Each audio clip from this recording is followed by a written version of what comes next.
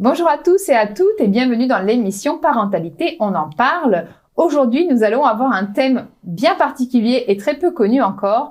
Vous allez découvrir la cause physiologique qui empêche vos enfants de bien grandir. Et pour découvrir cela, j'ai mon invitée avec nous qui est Caroline Eckert et qui va se présenter. Caroline, est-ce que tu peux nous expliquer ce que tu fais et pourquoi tu es là aujourd'hui? Bonjour Cécile. Alors, je suis donc Caroline Eckert. Je suis enseignante spécialisée pour les adolescents en difficulté. Et dans mon parcours, j'ai eu envie et besoin d'aller chercher des solutions un peu différentes pour justement au mieux accompagner mes élèves. Et donc, j'ai suivi une formation en psychopédagogie lors de laquelle il y avait un module qui portait sur les réflexes archaïques. D'accord. Et du coup, qu'est-ce que c'est les réflexes archaïques? Parce que je pense que beaucoup de nos auditeurs n'en ont jamais entendu parler, comme moi-même il y a quelques années à peine. Et voilà, explique-nous un peu de quoi il retourne et pourquoi c'est si central dans les apprentissages, pourquoi c'est si central finalement dans le développement de l'enfant et de l'individu de façon générale. Alors, les réflexes archaïques, donc dans réflexe archaïque, il y a le mot réflexe qu'on connaît tous. Un réflexe, c'est un mouvement automatique stéréotypé. Là, il y a le terme archaïque qui est ajouté parce que justement, c'est là et c'est deux. C'est là depuis toujours, ça démarre même in utero. Donc, ce sont des mouvements qui vont se déclencher sans que le cerveau les commande. D'accord. Donc, des réactions involontaires lors d'un stimulus qui peut être un bruit, une odeur, une émotion même. Tout à fait. Oui, un stress, la vue, voilà, un stimulus qui va sortir du commun, inhabituel, et où là, il va y avoir un mouvement réflexe qui va venir à la rescousse. Et du coup, quel est le rapport avec les apprentissages, du coup? Quel est le lien? Ben en fait, on sait que pour pouvoir apprendre quelque chose, il y a des programmes moteurs qui doivent se mettre en place pour justement faciliter cet apprentissage. Là, je parle pas seulement d'apprentissage d'une matière, de retenir quelque chose. Je parle de l'apprentissage en général, apprendre à marcher, apprendre à écrire. Et donc, les réflexes archaïques qui sont là in utero et qui vont même venir un petit peu plus tard, si jamais ils sont pas correctement intégrés, vont mettre des freins un petit peu à l'apprentissage. Alors, moi, du coup, ça me parle parce que grâce à toi et au suivi que tu as pu faire de mon petit garçon, je me suis moi-même formée, donc du coup, maintenant, c'est un sujet qui est totalement clair. Mais pour nos auditeurs, est-ce que tu peux nous donner un exemple concret qui parle à tout le monde, qu'on a déjà pu tous observer? Qu'est-ce que ça serait? Alors, un exemple de réflexe? Oui, un exemple de réflexe qui pourrait nous embêter, par exemple, dans nos apprentissages, par exemple, celui de l'écriture. Oui, justement. Donc, il arrive des fois qu'on ait des jeunes enfants, voire même des plus grands, qui ont appris à écrire à l'école comme tous les autres. Et on comprend pas pourquoi finalement l'écriture est un peu en pâte de mouche, est morcelée et torturée, j'ai envie même de dire. Alors que l'enfant s'applique, il émet toute la bonne volonté, il s'entraîne, et puis celui-ci, malheureusement, j'ai envie de dire malheureusement, il en a redoublé de faire encore des lignes et des lignes et des lignes, parce que on pense que plus il va s'entraîner, plus il va justement acquérir ce geste graphique. Malheureusement, il se peut qu'il y ait des réflexes justement qui soient pas intégrés au niveau de ses mains, et donc le tout premier réflexe, c'est l'agrippement que le bébé a. Ça, tu sais, quand ton fils, ta fille était petit, on met le doigt ici dans la main de l'enfant et spontanément, l'enfant vient agripper le doigt. Mais à aucun moment, le bébé ne se dit, comme on a bien dit que c'était un mouvement justement involontaire, qui n'est pas commandé par le cerveau, le bébé il se dit pas, tiens, je vais attraper le doigt de maman. Là, on vient stimuler la zone réflexe ici de la main et donc l'enfant agrippe. Malheureusement, quand le réflexe est encore trop présent et pas inhibé, ça peut créer des parasites. Ce qui veut dire que on va exercer des fois une forte pression sur le stylo. On va aussi avoir une mauvaise posture ici au niveau du poignet, au niveau de l'épaule, peut-être même aussi pour l'inclinaison de la feuille et de la tête. Résultat, on n'est pas fluide justement au niveau de l'écriture parce que ce réflexe d'agrippement n'est peut-être pas correctement intégré. Alors, juste une petite précision du coup technique, réflexe intégré, qu'est-ce que c'est? En gros, un réflexe qui n'est pas intégré, c'est que lors du stimulus, on n'a pas une réaction volontaire. C'est de l'ordre encore de involontaire. Et le but, c'est d'amener au réflexe de s'intégrer pour aller vers une motricité libre et volontaire. C'est-à-dire qu'on choisit de la façon dont on va réagir. Donc, lors de la tenue du stylo, pour garder cet exemple, on peut choisir de l'agripper si on va avoir une grosse pression dessus. Par exemple, s'il écrit très mal, qu'on veut insister pour faire apparaître de l'encre, ou on peut choisir d'avoir une tenue légère si on va avoir une écriture fluide ou dessinée ou autre. Donc voilà, petite explication parce que ce sont des termes assez techniques qu'on n'a pas forcément l'habitude d'entendre, de côtoyer. Donc, en tout cas, ça c'est quelque chose, je pense, qui parlera à tout le monde. Donc, pour savoir si vous avez ce réflexe, tout simplement, on va prendre la main, puis vous allez chatouiller la paume de votre main. Et selon ce que vous avez envie de faire, si vous avez envie de gratter tout de suite sur un pantalon, mais qu'est-ce qu'elle me fait faire, c'est désagréable, ben, c'est que le réflexe est encore bien présent. Et si ça vous fait rien d'autre que, que le contact de votre main, c'est que le réflexe, justement, est intégré et vous laisse tranquille, libre de choisir ce que vous faites de votre main. Hein, c'est bien ça. C'est ça. Et on l'observe aussi au moment de l'écriture, quand on voit qu'il y a une forte pression sur le crayon. Moi, souvent, je les appelle les briseurs de mine parce que j'imagine que si ces enfants écrivaient avec un porte-mine, la mine se casse à chaque fois. On a même l'impression qu'ils appuient tellement fort que la page d'en dessous a l'écriture incrustée.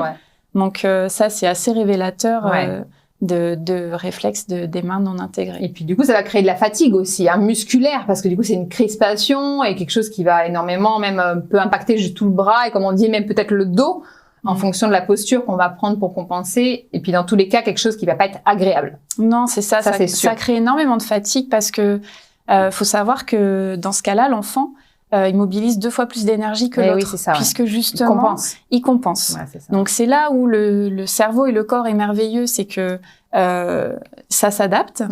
Le problème, c'est que c'est très coûteux en énergie et que assez vite, l'enfant va dire « Je suis fatigué, ça fait mal, mais non, j'y arrive pas ». Et là, c'est des signes qui sont facilement observables, c'est-à-dire que tous les autres ont terminé et lui, il en est encore qu'à la moitié du texte à copier. Et donc, malheureusement, j'ai envie de dire, on va se dire « je vais l'entraîner davantage, je vais lui refaire faire des lignes et des lignes ». Mais là, quand on a ce genre de demande auprès de son enfant, qu'on croit être pour son bien-être, en fait, on est en train encore plus de l'accabler parce que il peut pas. Il peut pas.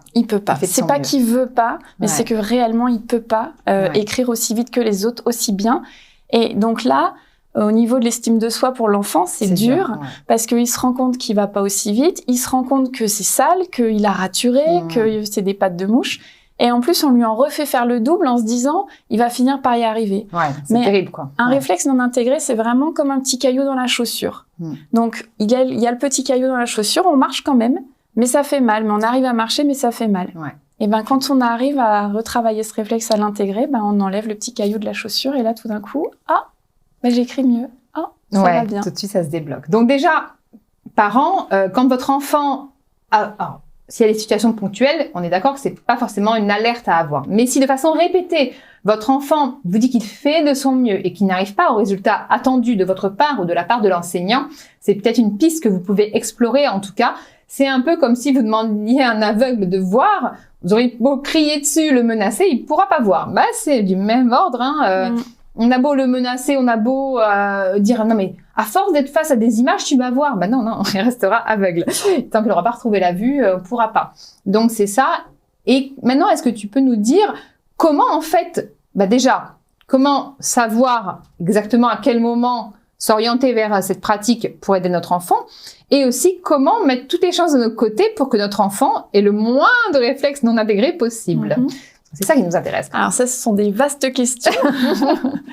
Alors déjà, pour, j'ai envie de dire, rassurer les gens, aucun humain n'a 100% de ses réflexes intégrés. On est d'accord. Personne. Maintenant, il y en a qui en ont plus ou moins par rapport aux autres, mais personne n'a 100% de ses réflexes intégrés. Et moi, c'est comme ça que je me suis intéressée aux réflexes parce que je me suis dit, on est tous uniques. Et en même temps, on est tous semblables dans notre patrimoine génétique, sur les chromosomes, etc.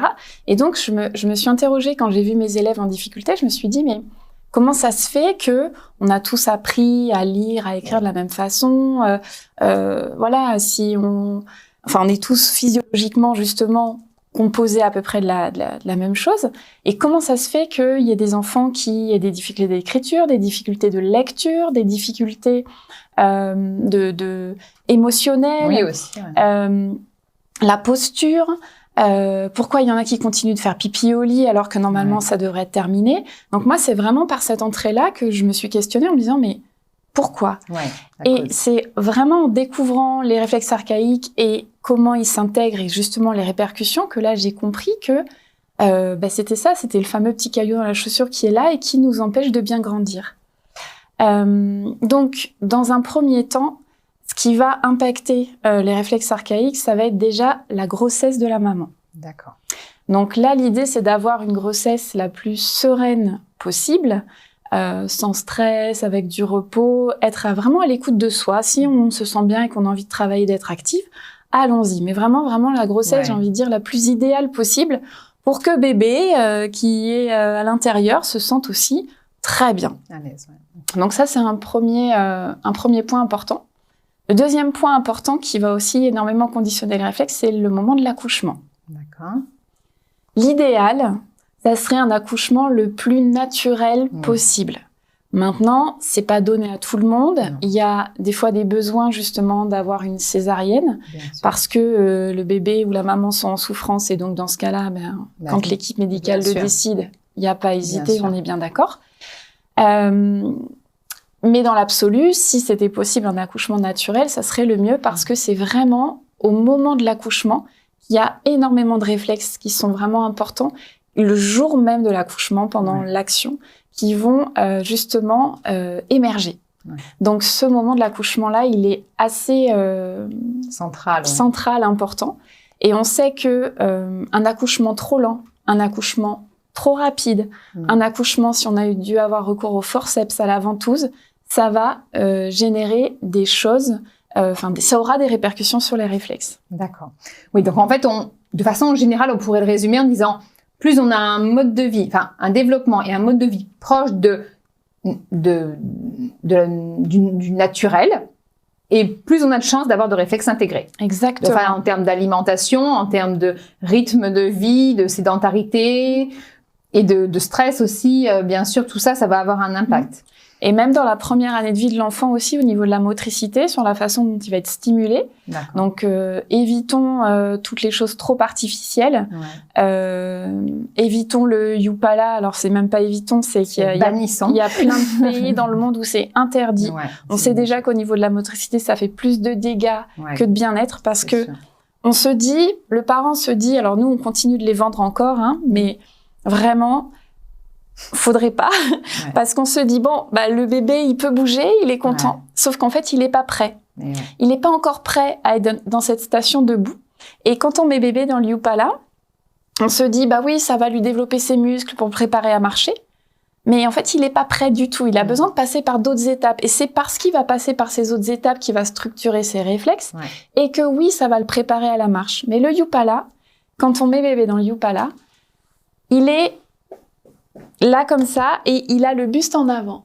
Et il est sur la pointe des pieds. Ça n'a rien à voir avec la marche telle qu'on la développe plus tard. Bien sûr. Donc, il est en train de prendre des postures qui sont pas du tout adéquates et qui, au contraire, risquent d'entraver le bon fonctionnement des réflexes.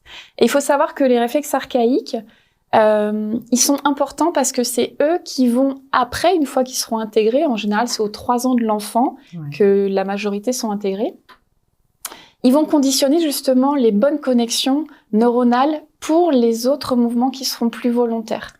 Donc, limitons les artifices. Donc c'est vraiment une chaîne, en fait, avec plein de maillons qui sont des réflexes, qui amènent au bon développement émotionnel, cognitif et postural de l'individu. Et que si il manque des maillons, ou s'il y en a qui sont affaiblis parce qu'il y a des étapes qui ont été sautées, en gros, le résultat ne pourra pas être optimum, en quelque sorte. Et en fait, du coup, on va passer notre vie à compenser cet état, qui est la conséquence de ces premières années de vie, quoi. Tout à fait. D'accord. Donc en fait, c'est vrai que c'est une question qu'on me pose souvent parce que grâce à ta rencontre et au travail formidable que tu as pu faire sur mon petit garçon, En fait, pour la petite parenthèse, moi j'ai un petit garçon qui a un trouble de l'attention avec hyper activité. Bon, il a de qui tenir. Mais du coup, au quotidien, c'est un petit garçon qu'on peut qualifier de très intense, pas facile à vivre du tout.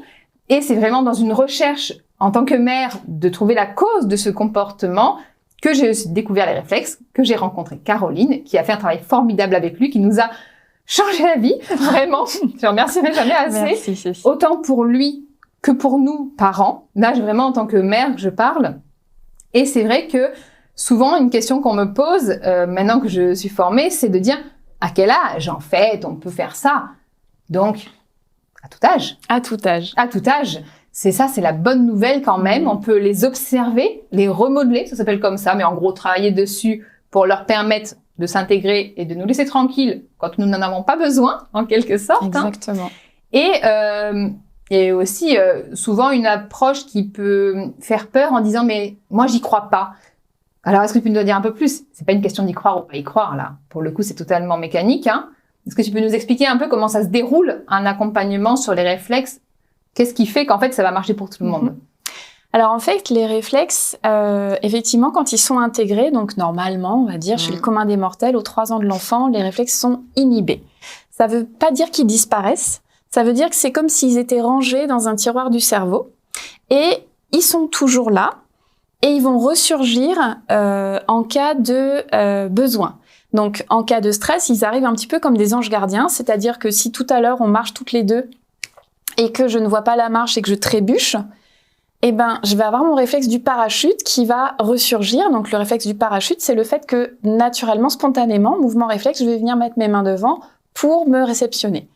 Si on observe, par exemple, un enfant qui, justement, ne fait pas ce mouvement réflexe, on peut se dire, il va tomber comme ça. Donc, c'est des enfants qui sont souvent égratignés là. Là, on se dit, ah, tiens, il y a ce mouvement réflexe qui n'a pas lieu. Alors, l'accompagnement, justement, se fait en déterminant d'abord un objectif. Alors, je vais le dire pour justement les enfants, on va dire, qui ont de 6 à 99 ans. Parce que on est d'accord qu'on peut aussi travailler les réflexes avec des bébés, avec des enfants plus petits de maternelle. Mais évidemment, c'est plus compliqué là de déterminer un objectif avec l'enfant qu'il puisse mettre en conscience. Donc, moi, dans mon accompagnement, je détermine un objectif en accord avec l'enfant et le parent, parce que cet objectif, donc par exemple, je voudrais écrire de façon fluide ou je voudrais rester au sec la nuit, parce que les réflexes vont aussi avoir des influences sur l'énurésie qui dure au-delà du moment. Donc, on choisit cet objectif qui, comme là tout de suite il y arrive pas, ça génère un petit stress parce que on est toujours en train de lui dire bah alors applique-toi sur ton écriture, mais tu sais toujours pas faire tes lacets, ça fait 30 fois que je te montre, oui mais j'y arrive pas, mais ça fait 30 fois que je te montre, oui mais vraiment j'y arrive pas. Toutes les phrases des enfants de mais tu sais je fais pas exprès, j'y arrive pas, je t'assure que vraiment ils font pas exprès, ils font vraiment leur mieux. Exactement. Et donc cet objectif là donc va générer un petit stress chez l'enfant. Donc, à partir de là, moi, je vais lui faire des tas de mouvements qui sont justement pour voir comment le réflexe se déclenche dans telle ou telle situation. Et là, je vais voir comment le corps répond à ma demande. Et c'est dans ce moment-là que j'arrive à évaluer si le réflexe est intégré à 100%, 75, 50, 25 ou pas du tout. D'accord. Et du coup, rassurons les parents qui ont peur que ce soit une énième approche de dire y croire ou pas y croire, ça n'a rien à voir, c'est totalement mécanique et en quelque sorte, on va permettre à l'individu de reconnecter son cerveau au chemin volontaire pour aller stimuler ce muscle dans cette situation. Et en fait, c'est vraiment ça et je trouve que c'est rassurant parce qu'il n'y a pas une question de dire ah oui, mais si j'y arrive pas, non, c'est très accessible, c'est très basique comme mouvement. Très ludique aussi, quand même, on peut le dire. Et aussi, du moment qu'on est un être humain, je veux dire, ça ne peut que marcher. C'est ça. C'est de la thérapie manuelle. Donc, on est vraiment dans le mouvement. On est, pour pouvoir justement bien remodeler le réflexe et l'intégrer, on va aller stimuler un mouvement et on va, comme tu l'as dit, optimiser justement cette connexion neurosensorielle pour que on sache que dans tel ou tel cas de figure, eh bien, ça soit ce mouvement-là qu'on souhaite déclencher. C'est ça. Bon, super. Bon, bah déjà, j'espère que ça vous rassure un petit peu sur le processus, sur ce côté prise en charge, et aussi sur le fait que si la prochaine fois que votre enfant, par exemple, quand il est à table et que vous l'appelez, et que quand vous l'appelez, il renverse tout sur son passage parce que les bras suivent le mouvement de la tête, mais ça, c'est complètement un réflexe qui n'est pas intégré. C'est un peu une star d'ailleurs, ce réflexe-là. C'est un réflexe qui est d'ailleurs très central dans les apprentissages, ce fameux RTAC, qui s'appelle réflexe tonique asymétrique du cou, qui en gros permet de dissocier le mouvement de la tête et le mouvement du buste. Et j'ai un très bon souvenir d'ailleurs de quand Caroline avait testé mon petit garçon sur ce réflexe. Il y a tout qui est venu, il y a tout qui attend. Il y a tout qui venait, tout était totalement lié quand elle faisait d'autres exercices. Ouvrir et fermer les mains. Chez lui, il y a tout qui clignotait. La bouche, les yeux. Si les oreilles avaient pu clignoter, je suis sûre qu'elles auraient clignoté aussi. Et en fait, c'est vraiment ça. Observez vos enfants dans différentes situations et vous allez bien vous apercevoir vous-même qu'il y a des choses qu'ils ne contrôlent pas. Par exemple, si, quand ils font une activité précise, la langue est tirée, ou si, en fait, quand on l'appelle, il y a tout le corps qui vient, il fait sans cesse tomber sa trousse, son verre, ou les choses qui sont devant lui. Ce sont complètement des situations très faciles à observer qui peuvent vous mettre la puce à l'oreille. Et ce RTAC, justement, je veux en retourner dessus parce que il est central dans le développement cognitif, donc dans les capacités d'apprentissage de façon générale. Tu peux nous en parler un peu de cette star de réflexe, dire à quel moment déjà il aurait dû s'intégrer dans le développement de l'enfant, et aussi peut-être un petit exercice que les personnes pourraient faire déjà pour un peu apaiser, on va dire, les conséquences de ce réflexe. Alors le RTAC, donc réflexe tonique asymétrique du cou, comme tu l'as bien dit, c'est le fait de ne pas réussir à complètement bien dissocier la tête qui tourne et les bras qui viennent avec. Donc ça donne des enfants souvent maladroits, qui renversent, ils prennent le bol de lait, on les appelle, bon voilà, bref, il y a tout qui tombe. Et c'est vrai que c'est souvent quand je fais ma première séance d'entretien avec l'enfant et le parent, quand je pose mes questions, je dis est-ce que ça c'est facile ou difficile, qu'est-ce que vous observez, les parents et même l'enfant me disent moi je renverse, moi je sautille, oui moi j'aime bien m'asseoir et puis enrouler mes jambes autour des barreaux de la chaise, etc. Tout ça, faut savoir que justement l'humain va justement essayer de calmer son réflexe. Ouais, c'est ça. Et je vais revenir sur le RTAC, mais juste avant, je veux dire quand même que en classe, les enfants vont justement aller se mettre dans une posture de repos pour leur réflexe. Ouais. Malheureusement, et je suis bien placée pour le savoir puisque je suis moi-même enseignante de formation et j'enseigne depuis plus de 15 ans maintenant, les enseignants ne le savent pas.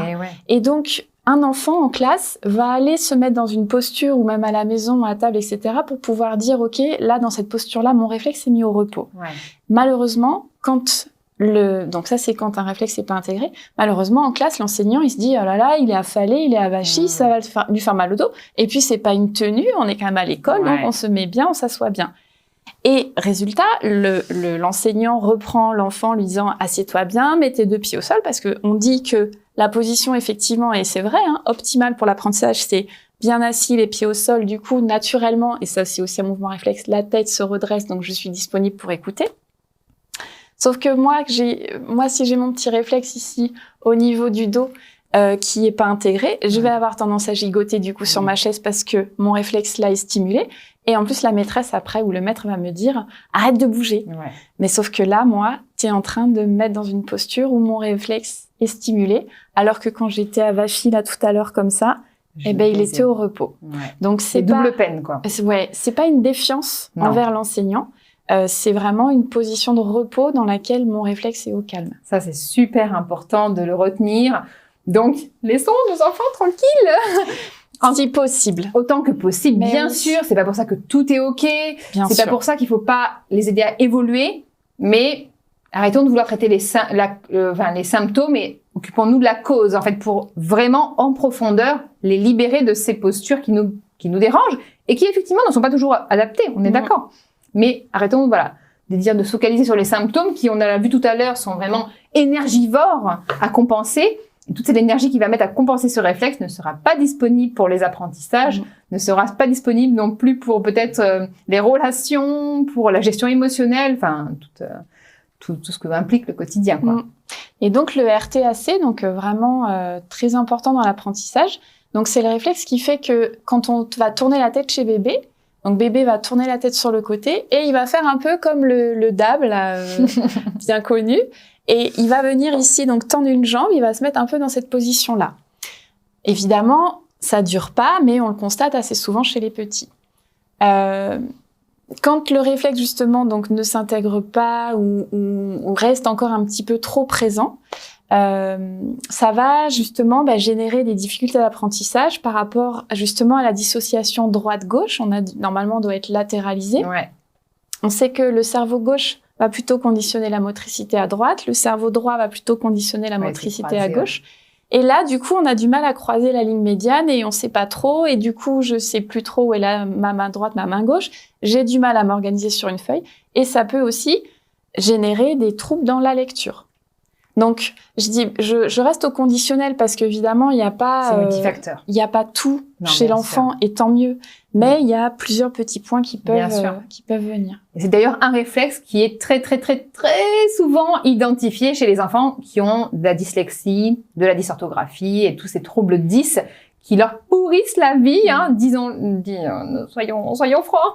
Et c'est vrai que c'est quelque chose qui se travaille très bien dans les réflexes, parce que justement, en fait, on va libérer le cerveau de cette réaction involontaire et on va lui permettre de reprendre le contrôle sur cette latéralisation qui va lui permettre aussi d'identifier des lettres, parce que par exemple, il y a un réflexe qui empêche l'enfant de dissocier le B et le D, le Q et le P, et c'est pas à force de répéter non mais ça c'est B machin, tant que ce réflexe-là n'est pas intégré, ça va vraiment beaucoup l'empêcher. Alors, bien sûr, avec un lavage de cerveau de plusieurs années, il va y arriver, mais c'est vraiment quelque chose qui va l'embêter. Donc, si vous avez des enfants qui ont des troubles de l'apprentissage ou des difficultés à écrire, à lire, dites-nous vos réactions un peu, expliquez-nous de quoi ils retournent et on pourra donner des précisions sur la cause finalement physiologique de ce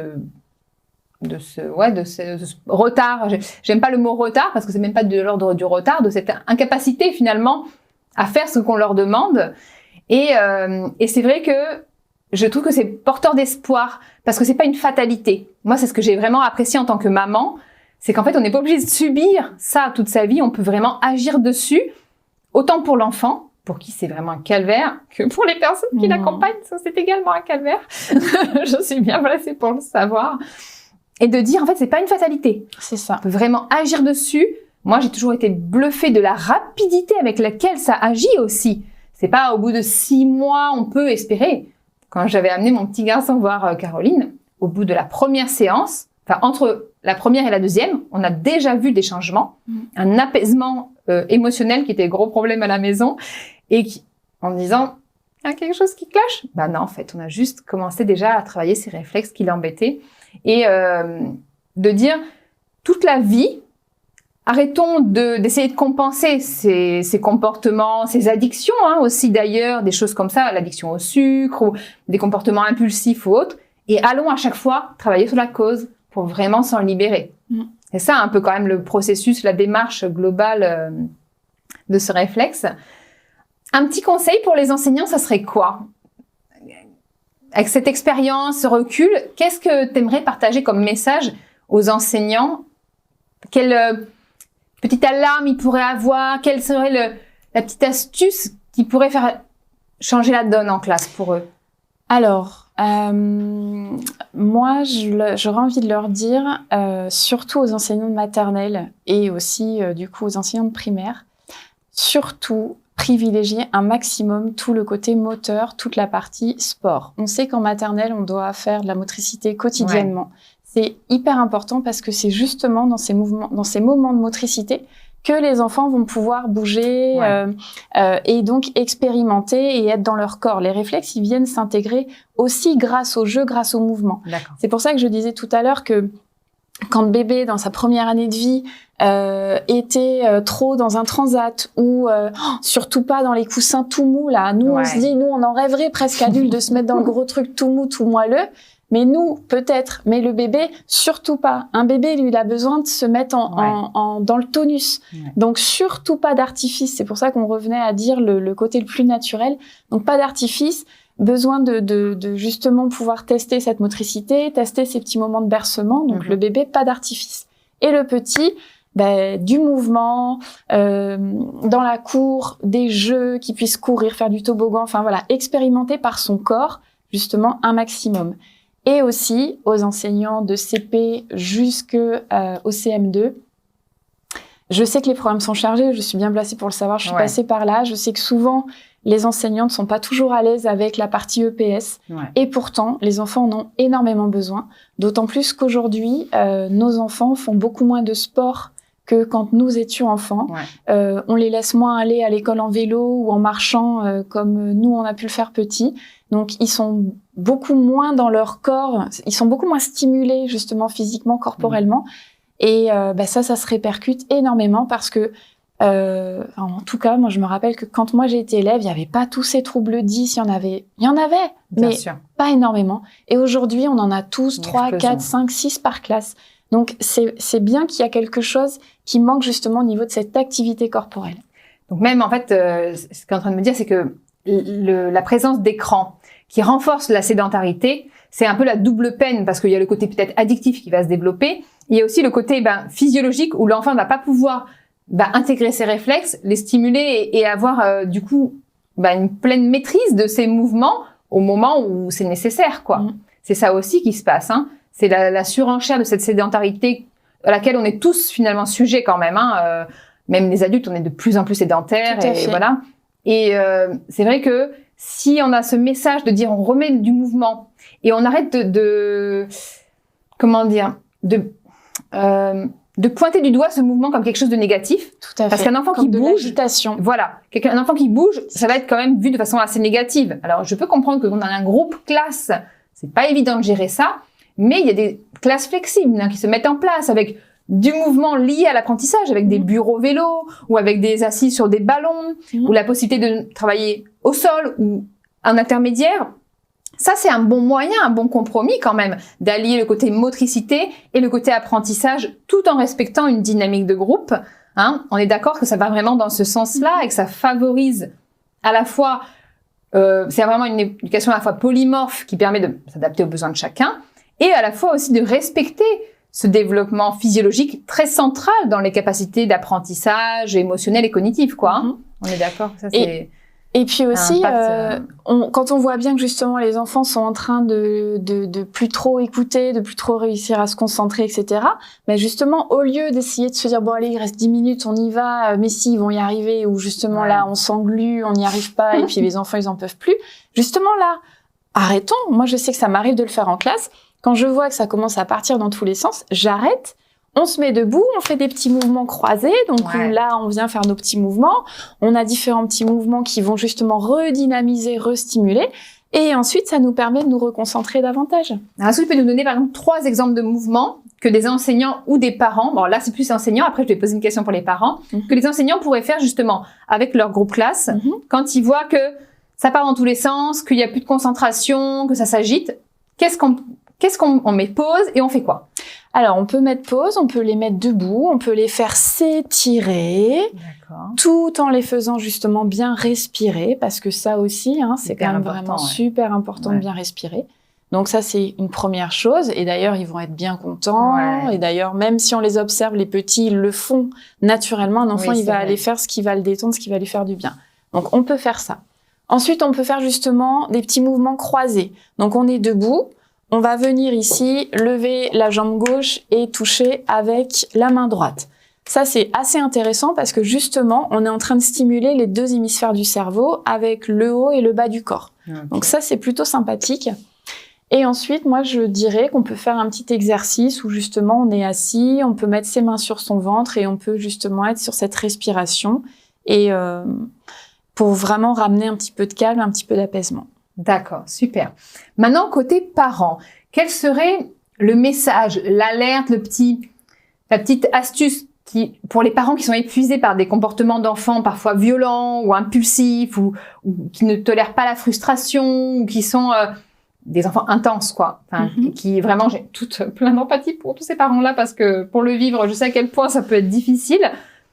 Qu'est-ce que tu aurais envie de leur partager à ces parents-là? Puis moi, je partagerai après en tant que mère, du coup, hein, et puis... déjà, leur dire que leur enfant fait de son mieux,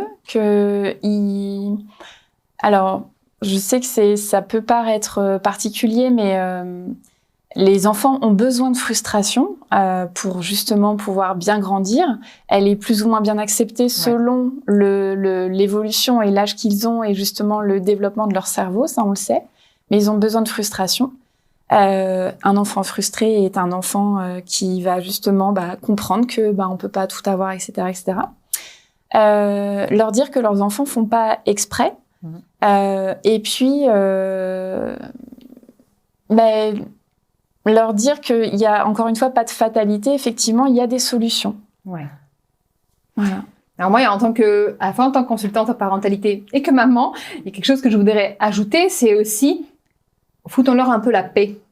C'est de dire arrêtons d'être tout le temps dans le surcontrôle, dans la surobservation de tout ce qu'ils peuvent faire ou pas. Attention, je ne parle pas de laxisme pour autant. Il y a des limites à ne pas franchir. Mais quand même, on peut tous observer que plus on va observer ce qui ne va pas, le mettre en valeur, le souligner, et on enferme l'enfant dans le comportement aussi. On lui met une étiquette. Nous, on s'épuise. Et ça abîme la relation. Alors que des fois, si on accepte de dire, bon, quelles sont les choses les plus importantes vraiment pour moi, et de lâcher sur le reste, et de dire à quel moment j'ai pris soin vraiment de la relation avec mon enfant, et d'arrêter de l'enfermer derrière son comportement, et de se reconnecter à l'enfant pour ce qu'il est en tant que personne. Ça, c'est quelque chose qui fait beaucoup de bien quand même, qui est pas toujours évidente, je le conçois, et pourtant vraiment primordial. Et ces enfants qui ont des fois des réflexes non intégrés, c'est un peu leur réservoir affectif qui est troué, qu'on a l'impression qu'on passe notre temps à le remplir et qu'il n'est jamais suffisamment rempli. Donc, on va aller aussi s'occuper de la cause de ça. Mais ça, tant pis, on continue à le remplir quand même. Parce que en attendant que ce trou soit bouché en quelque sorte, il faut quand même qu'il y ait une sorte de survie émotionnelle qui puisse se faire. Parce que plus il se sentira en sécurité intérieure à l'intérieur de lui, grâce à ses réflexes, et à l'intérieur de la maison, grâce à l'amour inconditionnel qu'on lui porte, et non seulement, et justement plus dans si tu es sage ou si tu fais ci, tu as mon attention, parce que sinon l'enfant, on le contraint à avoir ces comportements excessifs pour avoir notre attention. Ça, c'est quelque chose d'assez aussi toxique pour le cercle vicieux dans lequel ça nous enferme. Alors que si on apporte de l'attention quand ils sont aussi calmes et posés, et s'il y a une fratrie, et que l'enfant qui est calme et autonome, on lui porte quand même de l'attention, ça transmet le message à tout le monde que pour avoir l'attention des parents, on n'est pas obligé d'être dans ces extrêmes. Ça, c'est quand même hyper important. Et d'essayer aussi de prendre un peu soin de nous, en tant que personne, pour ne pas être justement dans l'attente de ce qu'ils pourraient faire ou ne pas faire, ou dans la blessure de ce que les gens pourront penser de nous en tant que parents, face à nos enfants qui ont des comportements parfois incompréhensibles de la part de tout le monde, on va dire. Et le dernier point, c'est de vous tourner uniquement vers des professionnels capables de comprendre ces comportements et qui ne vont pas vous juger en disant enfant mal élevé, parents incompétents ou des choses comme ça. Franchement, ça existe malheureusement et c'est une incompréhension de leur part. Mais vraiment, tournez-vous vers des professionnels en qui vous avez confiance et qui sont capables de comprendre que vous n'êtes pas fautif. Ce n'est pas vous le responsable de ça. Le responsable, c'est un peu tout le monde. C'est cet environnement ultra stressant dans lequel on évolue. C'est aussi ces injonctions qu'on peut avoir dans notre éducation de dire il faut se conformer à certains critères pour estimer qu'on a réussi l'éducation de nos enfants. Alors qu'un enfant qui bouge, c'est pas pour ça qu'il est mal élevé. C'est juste qu'il est libre, en fait, d'exprimer sa motricité normale pour un enfant. Je rappelle, il fait son job d'enfant, en fait. Et le problème, c'est peut-être ce qu'on attend d'eux. Ce ne sont pas des mini-adultes. On attend souvent ça, en fait, quand même. On s'en aperçoit. Et puis, il faut savoir que tous les enfants n'ont pas les mêmes besoins. Aussi. il va y avoir des enfants qui, eux, vont être tout à fait capables et ça va bien leur correspondre de rester 1 heure tranquille sur une chaise à dessiner. Et il y en a d'autres qui sont beaucoup plus dans le côté moteur et qui, au bout de 10 minutes, vont avoir besoin d'aller faire un tour dehors pour courir. 10 minutes, mais c'est large. Alors après, j'entends bien que la maîtresse dans la classe, elle peut pas non plus laisser les enfants les uns après les autres sortir courir dans la cour. On est bien d'accord. Mais c'est pour ça que trouvons des petites alternatives pour justement que cet enfant-là, qui lui a besoin davantage de mouvement, puisse se lever, puisse faire ses petits mouvements, ou même, moi je leur dis en classe, je leur dis, parce que des fois on peut même le faire assis. Donc l'enfant qui lui a besoin là de poser son stylo, de penser à autre chose plus que de son exercice de lecture, il peut faire ses petits mouvements croisés même en étant assis. Il peut respirer, inspirer, expirer. Ça prend pas 20 minutes au milieu, en 5 minutes, même pas. Ça peut être réglé. Et moi, ce que j'ai pu observer justement pour avoir fait ça en classe avec mes élèves, c'était que l'idée, c'était que quand ils sentent qu'ils en ont besoin, ils puissent le faire sans que moi je leur dise, allez, on y va, on le fait tous. Et je l'ai vu. Je l'ai vu avant des contrôles. Je l'ai vu à un moment où, pendant un contrôle où là, il y avait une charge mentale qui était quand même assez conséquente. J'ai vu un enfant poser son stylo, s'étirer, respirer et faire des petits mouvements croisés et reprendre son stylo et continuer. Punaise, ce jour-là, j'étais tellement contente que je me suis dit, mais ça y est, il a tout compris. Et il sent que ça lui fait du bien. Et la toute première fois en classe que j'ai justement expérimenté ces petits exercices-là où justement j'ai tout arrêté dans mon cours, j'étais en train de faire un cours de maths avec des 6e, ça partait dans tous les sens. Je les ai mis debout, on a pris le temps, j'ai expliqué. Donc là, on a pris un bon petit quart d'heure. Et dès qu'on s'est remis à écrire, j'ai une de mes élèves tout de suite qui spontanément m'a dit « Madame, est-ce que c'est normal si j'écris mieux ?» Et moi-même, j'étais en train d'écrire au tableau et je me dis « Ah, mon écriture est plus fluide au tableau. » Et ça m'a fait sourire parce que au moment où elle l'a vu sur son cahier, elle nous l'a partagé spontanément. Et là, elle a levé les yeux, elle a regardé au tableau, elle a dit « Vous aussi, madame ?» Donc ça, c'était un super moment. Alors, c'est pas durable dans le sens où là, on vient réveiller un peu le cerveau à cet instant-là. Ok, ça va pas durer toute la vie, ça y est, j'ai fait ça et j'écris mieux, j'appuie pas sur un bouton, c'est pas comme ça que ça marche. Mais on sait qu'il y a des astuces, il y a des alternatives justement pour, à un moment, réveiller le cerveau davantage et justement pouvoir rabaisser un petit peu ces moments où le cerveau a besoin de faire autre chose. Et là, on peut se ramener, on peut se reconcentrer. Mais du coup, c'est vraiment, la démarche, c'est vraiment de donner à chacun, enfant ou adulte, les clés pour reprendre l'autonomie sur son contrôle émotionnel, cognitif, etc. Et de dire, en fait, voilà, les éléments, c'est ça. Quand tu en sens, toi, le besoin à l'intérieur, tu mobilises ces exercices, ces petites astuces, et tu adaptes à ce que toi, tu as besoin. C'est ça déjà. Et je trouve que même à la maison, vous allez voir, parents, que si votre enfant fait des exercices, que vous les faites avec lui, souvent, ça va vous permettre, vous aussi, de retrouver plus de sérénité, un meilleur contrôle de vos émotions et aussi du recul en disant « Ah bah oui, je me rends bien compte que moi, ça fait la différence, que moi-même, je pensais être dans la maîtrise de ce que je faisais et quand en fait, on fait ce travail-là, on prend encore du recul et se dire « Ah bah en fait, moi non plus, je ne contrôlais pas finalement mes réactions. Moi peut-être je suis dans un stress chronique ou peut-être des tempêtes émotionnelles en tant que parent qui me paraissent justifiées parce que l'enfant a fait ci. Et c'est ok, on a le droit quand même de s'énerver, c'est pas ça l'idée.